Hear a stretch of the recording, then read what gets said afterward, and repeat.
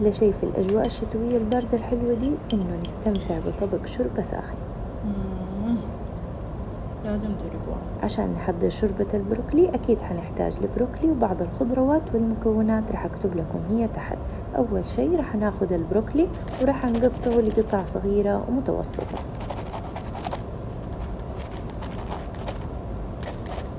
حنشيل البروكلي اللي قطعناه ونخليه على جنب عشان نكمل تقطيع باقي الخضروات اللي نحتاجها للشوربة. حناخد عود كرفس ونقطعها بأي طريقة تناسبنا. في الأخير رح نطحن كل الخضروات مع بعض.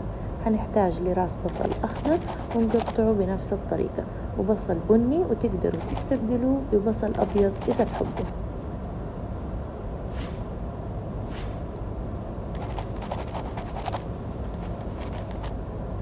بعد كده راح نضيف موية مغلية وراح أضيف عليها قليل أو رشة من الملح، وحضيف عليها البروكلي اللي قطعناه. ولازم ننتبه إنه ما نسلق البروكلي زيادة عن اللزوم عشان ما يتغير لونه وطعمه. حنضيف زبدة، ولين تذوب الزبدة راح أضيف عليها البصل الأبيض وأقلب إلين يذبل. راح أضيف عليه الكرفس والبصل الأخضر. بعد كده حضيف عليه الطحين ونقلب. حضيف عليها مرقة الخضار، وتقدروا تستبدلوها بأي مرقة تحبوها.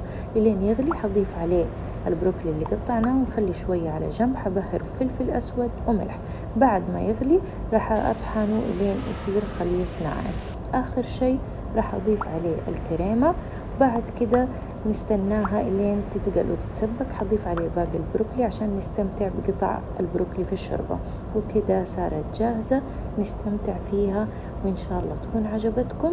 وآخر شي وقت التزيين ممكن نضيف عليها كريمة وقليل من زيت الزيتون، وبالعافية.